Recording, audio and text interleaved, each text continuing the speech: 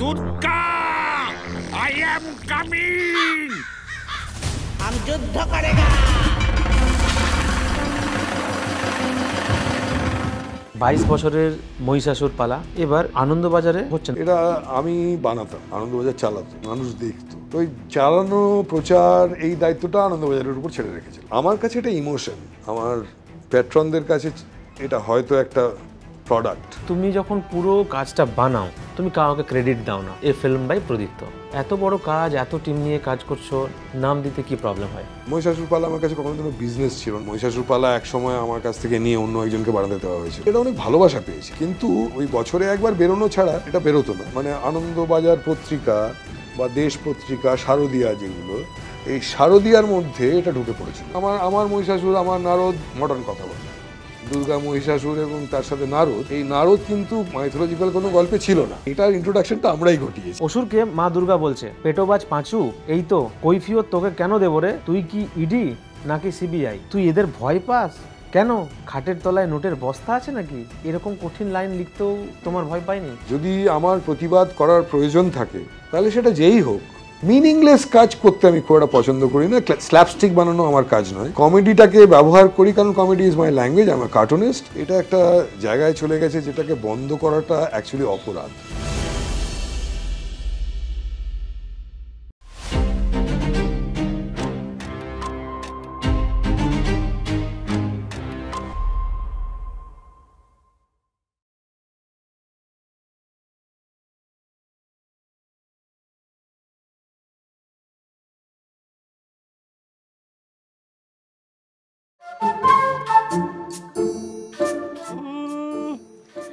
মা দুর্গা ভালোই আছে, একটু টেনশনে আছে জানো। কারণ কি, এখন মরতে মা দুর্গাকে এসে তুলনামূলকভাবে অনেক বেশি কাজ করতে হবে। আগে শুধু অসুরকে মারলেই চলে যেত, এখন অসুরের সংখ্যা এত বেড়ে গেছে না, এতজনকে মারতে হবে। মা দুর্গা তাই একটু চিন্তায় আছে। মা দুর্গারও বয়স হচ্ছে তো। মহিষাসুর যাই করুক, মা দুর্গার একটা বড় অস্ত্র আছে, বা রাজা দুটো বড় অস্ত্র আছে। একটা বড় অস্ত্র হচ্ছে এটা, যাকে বলে মগজাস্ত্র। আর একটা বড় অস্ত্র কি জানো? মা দুর্গার সবচেয়ে বড় অস্ত্র হচ্ছে সাহস, সৎ সাহস। এই দুটো অস্ত্রকে অন্যান্য মেটাল অস্ত্র দিয়ে দমিয়ে রাখা যায় না।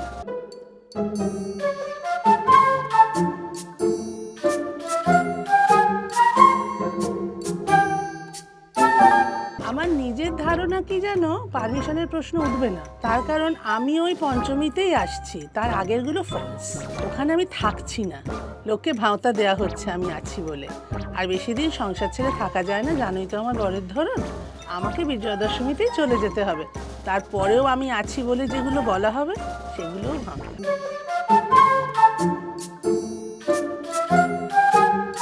চশমাটা কৈলাস। কলকাতা এখন প্রচুর 2 নম্বরি জিনিসে ভরে গেছে, দামের কোনো মা বাপ নেই। এখন কলকাতার যে কোনো দোকান থেকে চশমা বানাতে একটু রিস্কি লাগে জানো তো। এত ভেজাল না চারদিকে, মাথায় চিন্তাতেই কত ভেজাল। মহিষাসুর, আমি আসছি।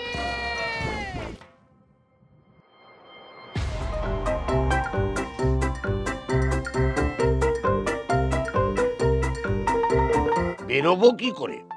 তার আগেই তো ত্রিশূলের খোঁচা খেয়ে একদম এল। তারপর কোনোভাবে মাথায় কাপড় চাপা দিয়ে চুট চুট চুট চুট চুট চুট করে শেষমেশ কৈলাসের পাশে গিয়ে জায়গা নিই।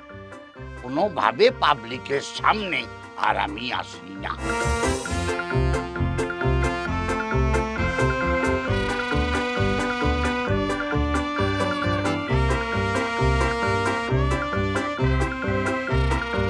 পাগল নাকি? প্রোটেস্ট করলে তো পুজোটাই হবে না। ওটাই তো আমার ক্যাপাকাইটি। এইভাবে ত্রিশূলের খোঁচা খেয়ে বসে থাকবো আর পুজো হবে 15 দিন ধরে। সবার কাজকর্ম ছুটি, আমারও একটু বহু লোকজন, নানান রকম সুন্দরীদের সঙ্গে দেখা হবে, ভালোই লাগে।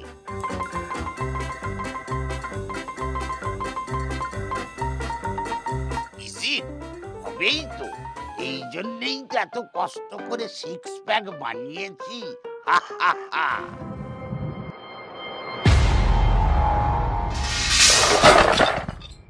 প্রজিতদা নমস্কার। নমস্কার। দ্য ডিজাইন পডকাস্টে অনেক অনেক স্বাগত।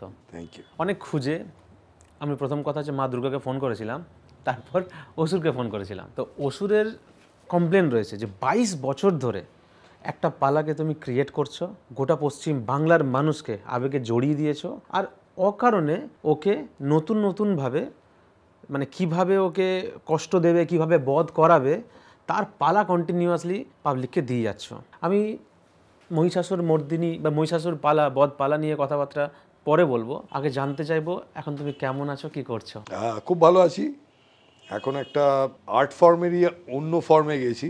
এখন যেটা করছি সেটা হচ্ছে আমি একটা রেস্টুরেন্ট বানিয়েছি, তো আমি রান্না করছি। সো আমি এখন ফাইন আর্টসের থেকে কালিনারি আর্টটা বেশি করছি, কিন্তু ফাইন আর্টস করছি কোথায় থাকো? সব মিলে। আমি এখন শান্তিনিকেতনে থাকছি, ওটা আমার হোম টাউন, তো ওখানেই। কিন্তু আমরা এখন এই মুহূর্তে আমি আমার কলকাতায় আছে, স্টুডিওতে আছে, নিজের স্টুডিওতে কলকাতাতে। কবে থেকে এই অ্যানিমেশন লাইনে আসা, কিভাবে এটাকে মানে আমি শুনেছি যে যখন ডিজিটাল আসেনি তখন থেকে তুমি এই লাইনে আছো। 22 বছর তো আমি তো শুধুমাত্র পালাটাকেই দেখতে পাচ্ছি, তো কবে থেকে আসা এখন? সত্যি বলতে অ্যানিমেশনের ইন্টারেস্ট যদি বলা হয় তাহলে সেটা খুব ছোটোবেলায়। তো অ্যানিমেশন খুব ছোটোবেলায় কিছু অ্যানিমেশন দেখে আমার ঠাকুরদাদার বানানো একটা অ্যানিমেশন ছিল। আমার ঠাকুরদাদা শিল্পী ছিলেন প্রশান্ত রয়, ওনার বানানো একটা ছোট্ট সেল অ্যানিমেশন, হাতে এঁকে এঁকে বানানো, সেটা দেখে আমি প্রথম সেল অ্যানিমেশনটা কী জিনিস সেটা বুঝেছিলাম। তো তখন থেকে আমার এই স্টপ মোশন, সেল অ্যানিমেশন, এই অ্যানিমেশন ব্যাপারটা, মুভমেন্ট আনা, মোশন আনা ছবিতে, চলচ্চিত্র ব্যাপারটা, তখন থেকে ইন্টারেস্টটা হয়েছিল। তবে ছোটোবেলায় ভেবেছিলাম আর্মিতে যাব, প্রস্তুতি নিয়েছিলাম, কিন্তু গেলাম আর্ট কলেজে। এবার আর্ট কলেজে গিয়ে তো তখন ফাইন আর্ট শিখলাম। তারপরে কলকাতায় আসার পরে হঠাৎ দেখলাম যে তখন কলকাতায় অ্যানিমেশন খুব সুযোগ ছিল না। তখন অ্যানিমেশন শিখতে গেলে 2-1টা ইনস্টিটিউট, যেগুলো খুব এক্সপেন্সিভ। কোন ইয়ারের কথা বলা? এটা 2000 সাল। 2000 সালে আমি গ্র্যাজুয়েশন কমপ্লিট করে বিশ্বভারতী কলাভবন থেকে কলকাতায় এলাম। এখানে এসে যেটা রিয়েলাইজ করলাম, তখন খুব একটা বেশি স্কোপ ছিল না, এবং সত্যি কথা বলতে তখন আমি অর্থটাও মানে ব্যয় করার ক্ষমতা ছিল না আমার। তো যার ফলে আমি কোনো কোর্স করতে পারিনি, এবং কোর্স না করে অ্যানিমেশন করার তখন সুযোগও ছিল না।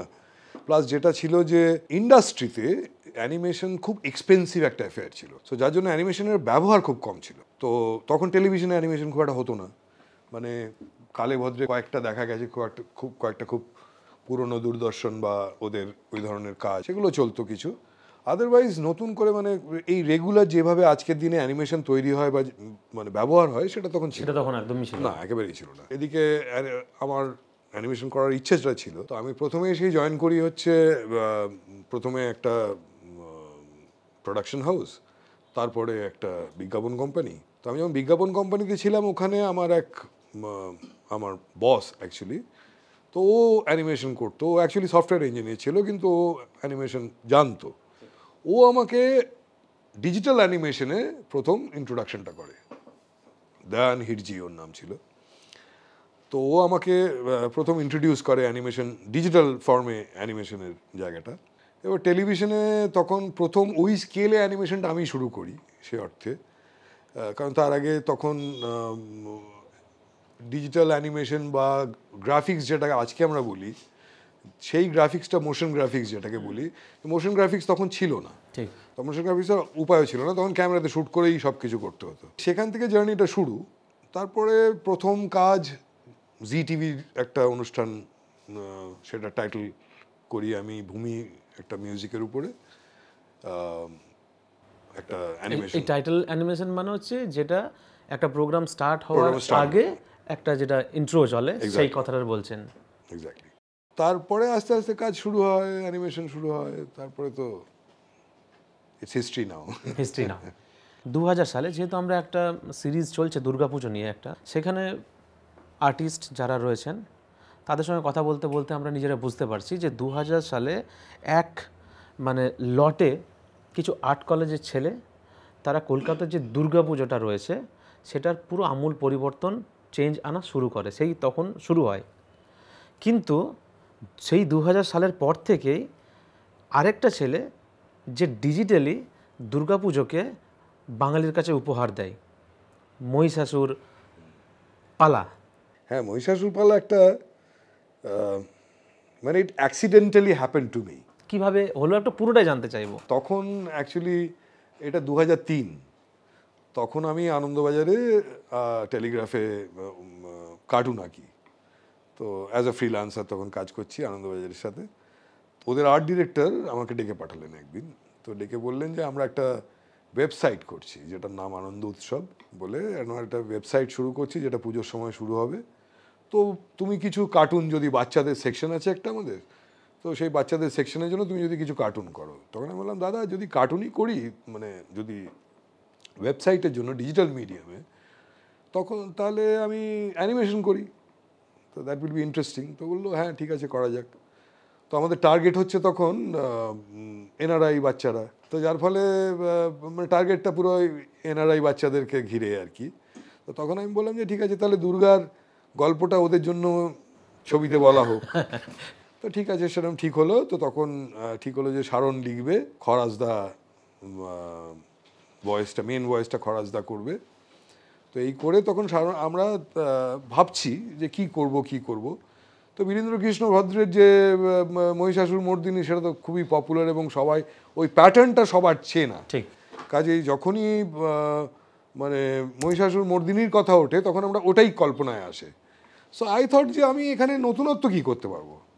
তো আমাকে তাহলে একটা অ্যানিমেশন ফর্মে বীরেন্দ্রকৃষ্ণ ভদ্রের গল্পটা বলতে হয়, বা ওনার যে ডেসক্রিপশনটা, সেটা আমাকে অ্যানিমেশন ফর্মে আনতে হয়।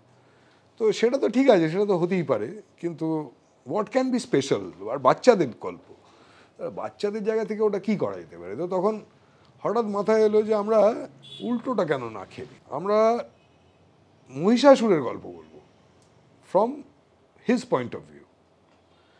তো যেরকম আর ল্যাঙ্গুয়েজটা রাখলাম আমরা খুব কোলোকাল, নর্মাল যে ল্যাঙ্গুয়েজে আমরা কথা বলি, যে ভাষায় কথা বলি, সেই ভাষাটাতে আমরা রাখলাম স্টাইলটা আর কি।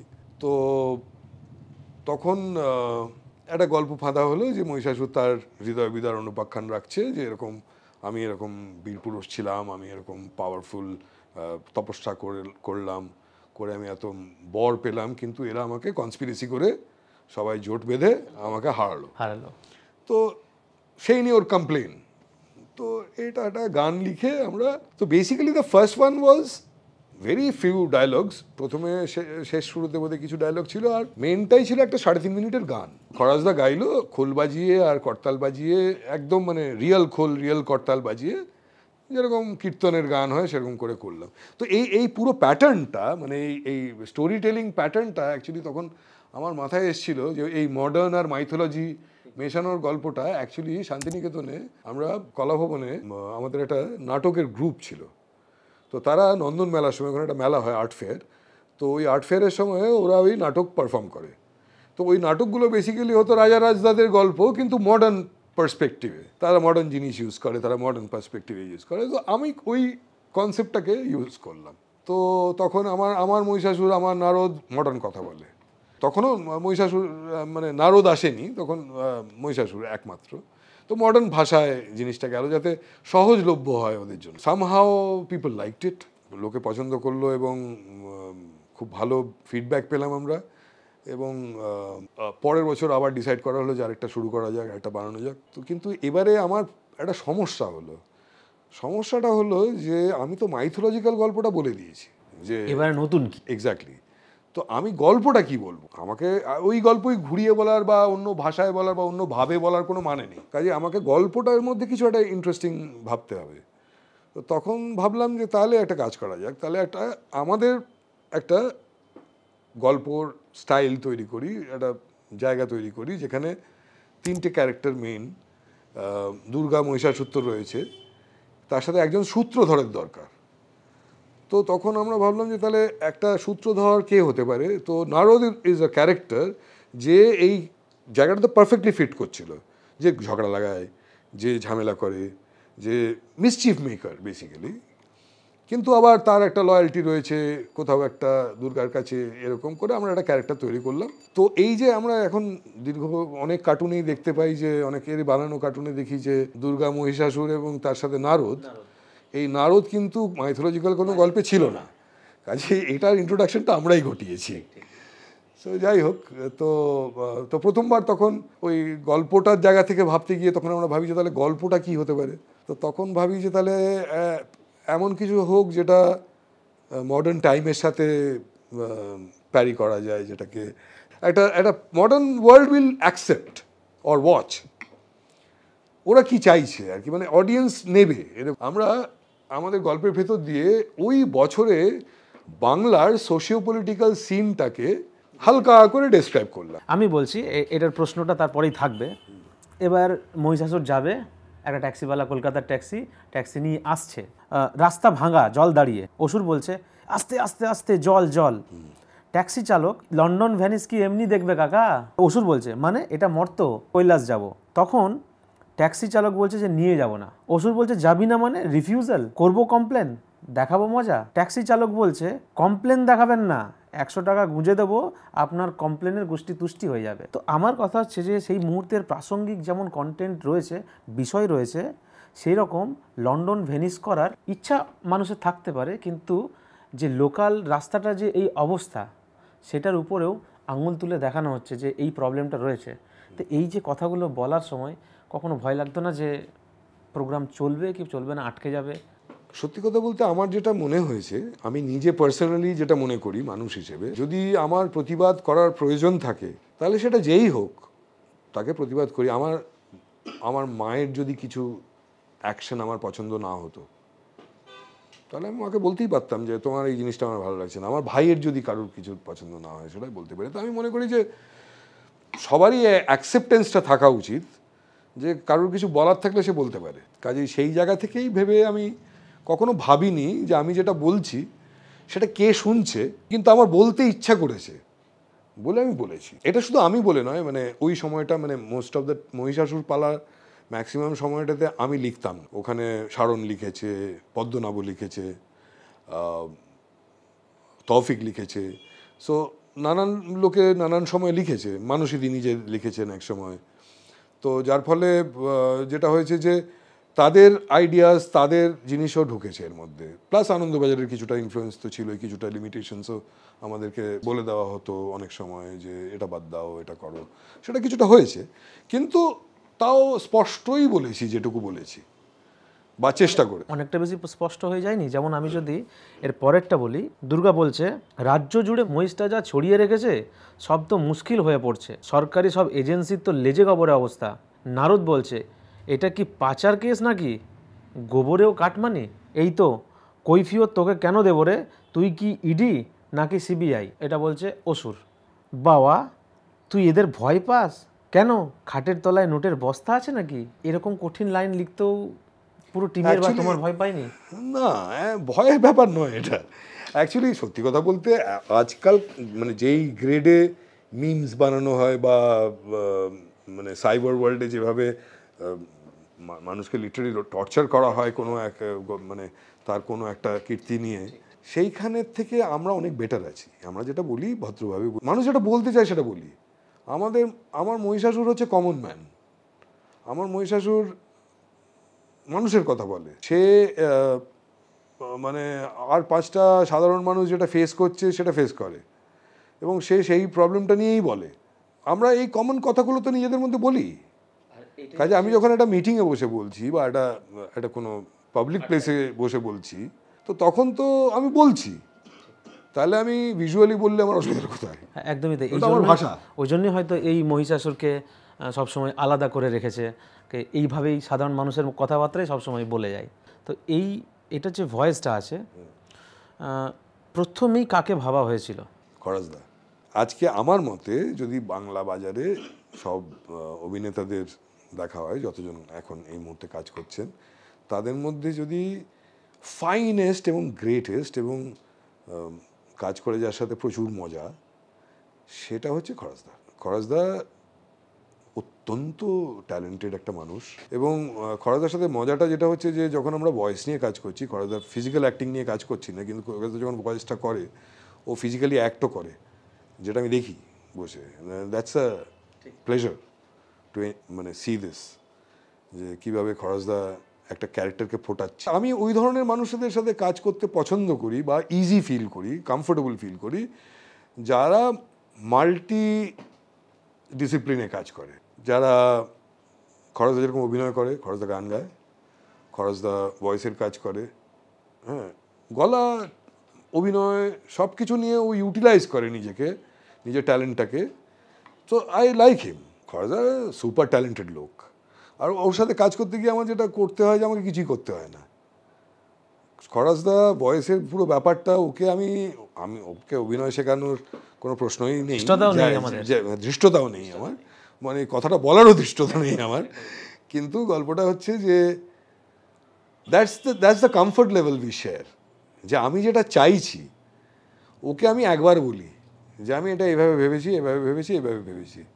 তারপরে জিনিসটাকে, ওই ভয়েসটাকে তৈরি করা যে ওই ক্যারেক্টারটার ওই অ্যাকশনের সাথে মিলবে, সেটা ওর কাজ। অভিনয়টা ও করে। মানে আমাদের জানা উচিত যে আমরা সবসময় বলিউড, হলিউডের কথাবার্তা বলে থাকি অ্যাক্টরদের, কিন্তু আমাদের মহিষাসুর বধপালা যেটা রয়েছে সেখানে 3খানা ক্যারেক্টার ওনার নিজের।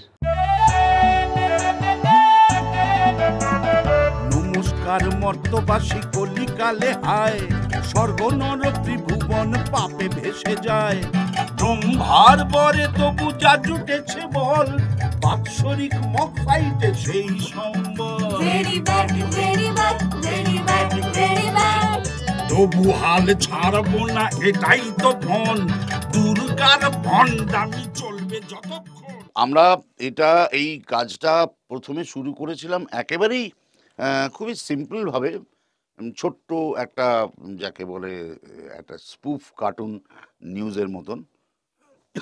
তারপর আস্তে আস্তে সেটা ক্রমশ আরও মানে আমরা যত দিন গেছে তখন আরও বেশি সুপার ফাইন হয়েছি, আরও সুন্দর করে করার চেষ্টা করেছি, এবং দর্শকদের যত পছন্দ হয়েছে তত তাদেরকে আরও স্যাটিসফাই করার চেষ্টা করে গেছি আমরা।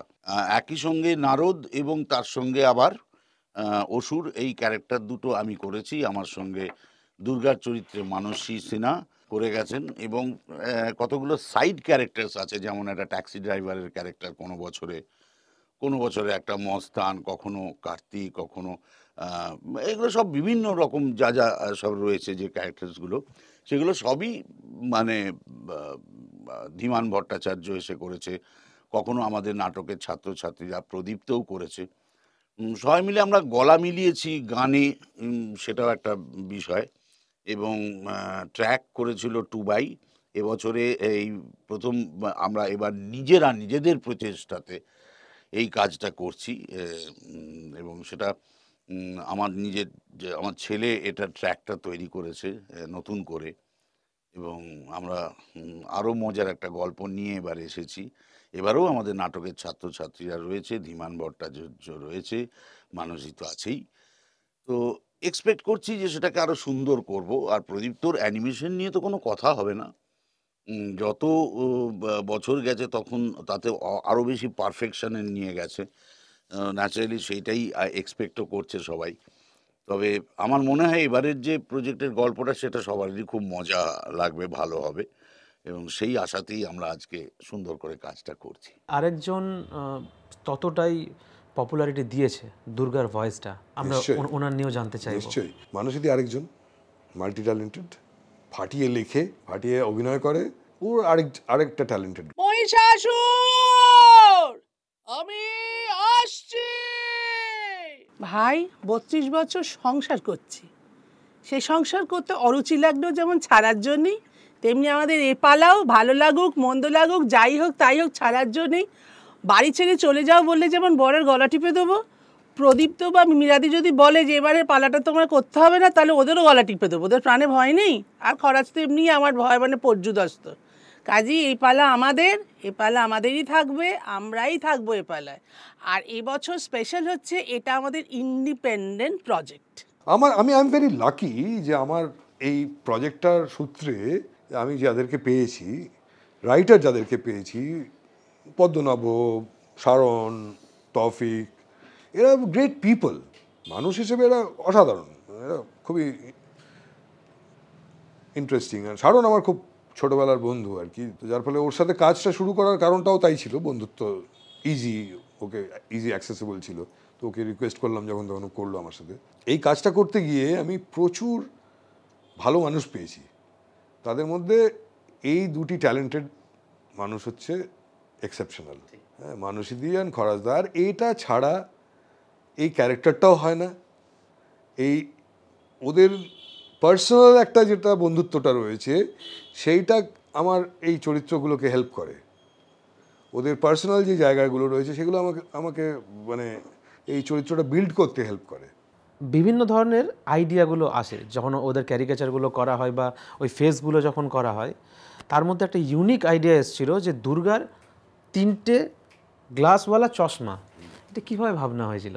3টে চোখ, 3টে চোখ চশমা পড়তে পারে, সানগ্লাস পড়তে পারে, হ্যাঁ, তো সানগ্লাস পরলো, এবার 3টে চোখ তো ঢাকতে হবে, হ্যাঁ, 3টে চোখ ঢাকতে 3টে কাঁচ। ফার্স্ট যখন ড্রাফটটা পাওয়া গেল যে আমি এবার স্কেচে নামলাম, দুর্গা হোক বা মহিষাসুর হোক, তো প্রসেস কি ছিল? খুব যে রিসার্চ করে কাজটা করেছিলাম তা নয়, আমরা খুব র্যান্ডম শুরু করেছিলাম কাজটা, কারণ দিস ওয়াজ আনাদার প্রজেক্ট যেগুলো আমরা করছিলাম ওই সময়, যেই ধরনের কাজ, এই ধরনেরই কাজ করছিলাম। অন্য মানে সাবজেক্টসগুলো আলাদা ছিল, কিন্তু অ্যানিমেশন করছিলাম, তো তখন ফুল ফ্লেজেড সারাক্ষণ অ্যানিমেশনই করছি। সো এই ক্যারেক্টারটা ওই ক্যারেক্টারের সাথে মিলিয়ে একটা চরিত্র বানানো হয়েছে। অ্যাকচুয়ালি প্রথম যে মহিষাসুর তৈরি হয়েছিল আর পরবর্তীকালে মানে দ্বিতীয় মহিষাসুর মধ্যে তফাৎ ছিল, একদমই তফাৎ ছিল। এখনকার যে মহিষাসুর পালার যে মহিষাসুর, সে হচ্ছে কিন্তু দ্বিতীয় মহিষাসুর, আর এখন আমরা তৃতীয়টা বানাতে চলেছি, যেহেতু সময়ের সাথে সাথে মডার্ন একটু করতেই হবে, সেই কারণে টেকনোলজি বদলেছে, সবই টেকনোলজি বদলেছে। এখন এই যেটা পালা হবে তাতে আমরা দুর্গা, নারদ সবাইকে একটু মডার্ন রূপে দেখতে পারবো। হ্যাঁ, এটা মোরলেস দ্য সেম থিং যেটা করে আসছিলাম সেটারই লেগেসি আর কি, চলছে। এবারে অ্যাকচুয়ালি যেটা হয়েছে যে এবছর আমরা এতদিন আমরা অন্যান্য প্যাট্রনের আন্ডারে করতাম, অন্য প্রডিউসারের আন্ডারে কাজ করতাম, কিন্তু এই বছর থেকে আমরা মহিষাসুর বধ পালা বলে নতুনটা শুরু করছি, যেটা অ্যাবসলিউটলি আমাদের প্রোডাকশন। এর আগে তাহলে কিভাবে হতো কাজটা? এর আগে আনন্দবাজার এটা প্রডিউস করতো, ওরাই রিলিজও করতো, এটা পুরো সম্পূর্ণটাই মানে মার্কেটিং থেকে আরম্ভ করে সবই ওদের ছিল। আমাকে কাজটা করতে বলা হতো, তো কমিশন করা। Somehow it didn't work out this year, so আমার মনে হয়েছিল যে আমার টিমের বাকি যারা রয়েছে তাদের মনে হয়েছে যে এটা একটা জায়গায় চলে গেছে যেটাকে বন্ধ করাটা অ্যাকচুয়ালি অপরাধ, না একদমই বন্ধ করা উচিত। তো সেই জন্য আমরা আবার চেষ্টা করছি যাতে এটাকে কন্টিনিউ করা যায়। মজাটা হচ্ছে যে এটা করতে গিয়ে অদ্ভুত এক্সপিরিয়েন্স হয়েছে আমার।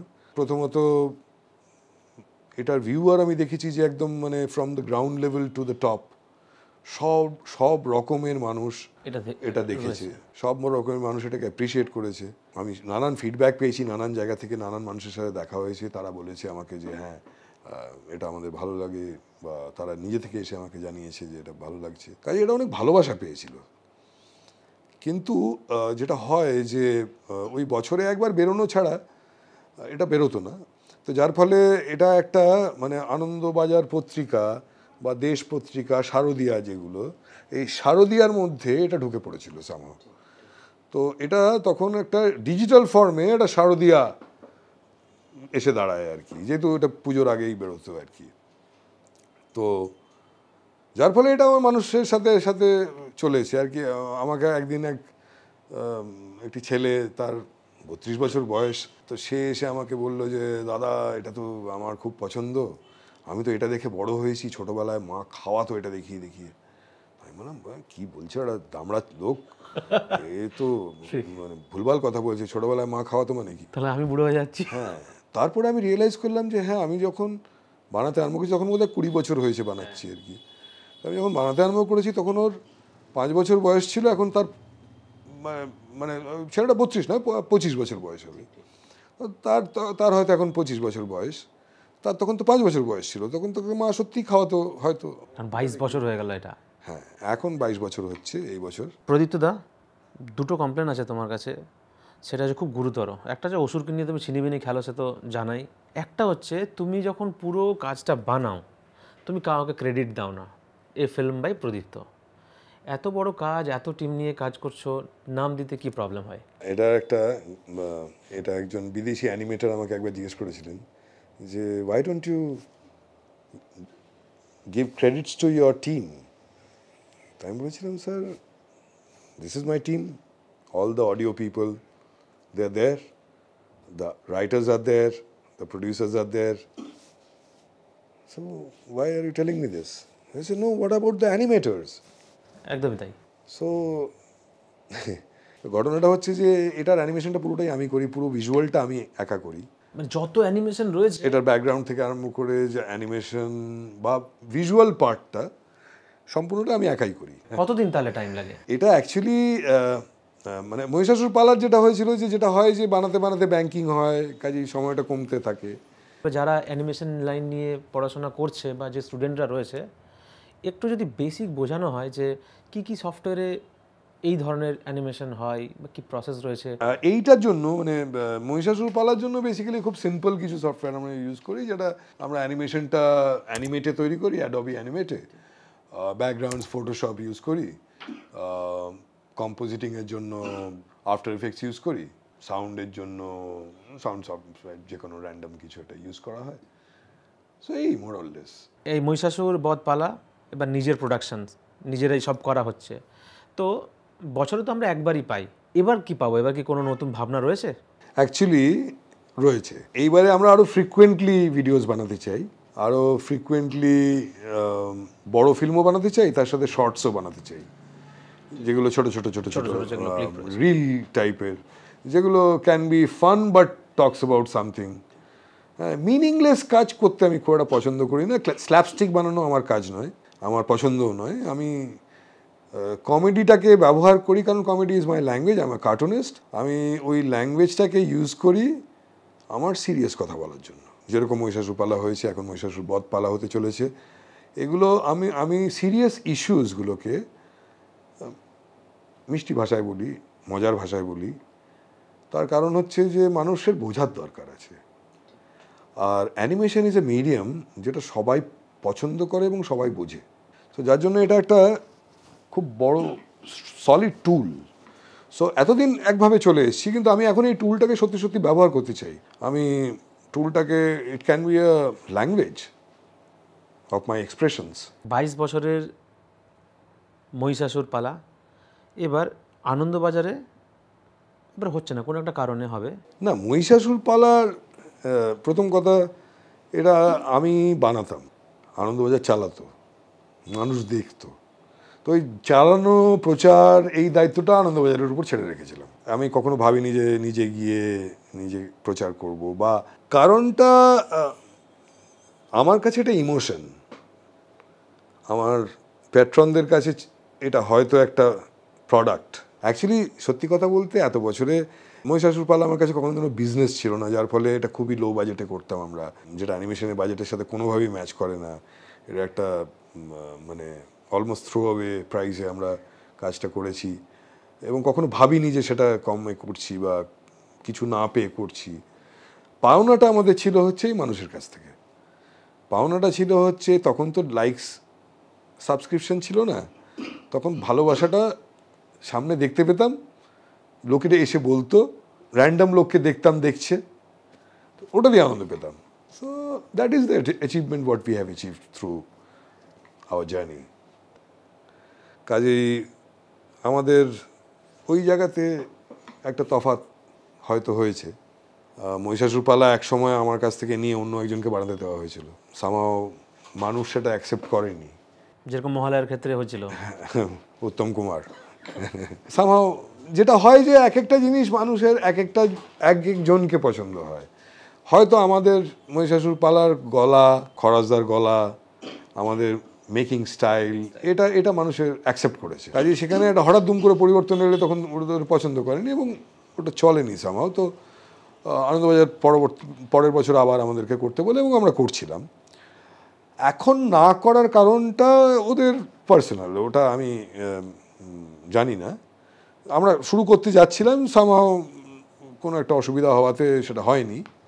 কিন্তু আমার তাতে মনে হলো যে আমি যদি না বানাই জিনিসটা বা ওই ধরনের কিছু যেটা আমি মানুষকে যেটা দিয়ে এসেছি এতদিন, আমি প্রোডাক্টটা কি বানাচ্ছিলাম সেটা ইম্পর্টেন্ট নয়, যে ইমোশনটা আমি দিয়ে এসেছি এতদিন, যেই এই মজা করে সত্যি কথা বলার খেলাটা আমি দিয়ে এসেছি এতদিন, সেটাকে যদি আমি বন্ধ করে দিই তাহলে মানুষ ওটা মিস করবে। তো সেই জন্য ঠিক করলাম যে নিজেরা করি। তো নিজেরাই করি, যাতে আমাকে কাউকে কৈফিয়ত দিতে হবে না। নিজেরা একটু কষ্ট হচ্ছে, কিন্তু সব কিছু করতেই খরচা আছে। না, অনেক অনেক শুভেচ্ছা থাকবে আমাদের তরফ থেকে, যে যাতে এটা অনেক বেশি হিট করুক আর গল্প খুব ধারালো আসুক আর আমরা সবাই এনজয় করি। অনেক অনেক ধন্যবাদ প্রদীপ্ত দা। Thank you so much. Thank you. তোমার সঙ্গে হাত আমরা এইভাবে মেলাবো না, তোমার সাথে হাত এইভাবে মেলাবো। Durga, I am coming.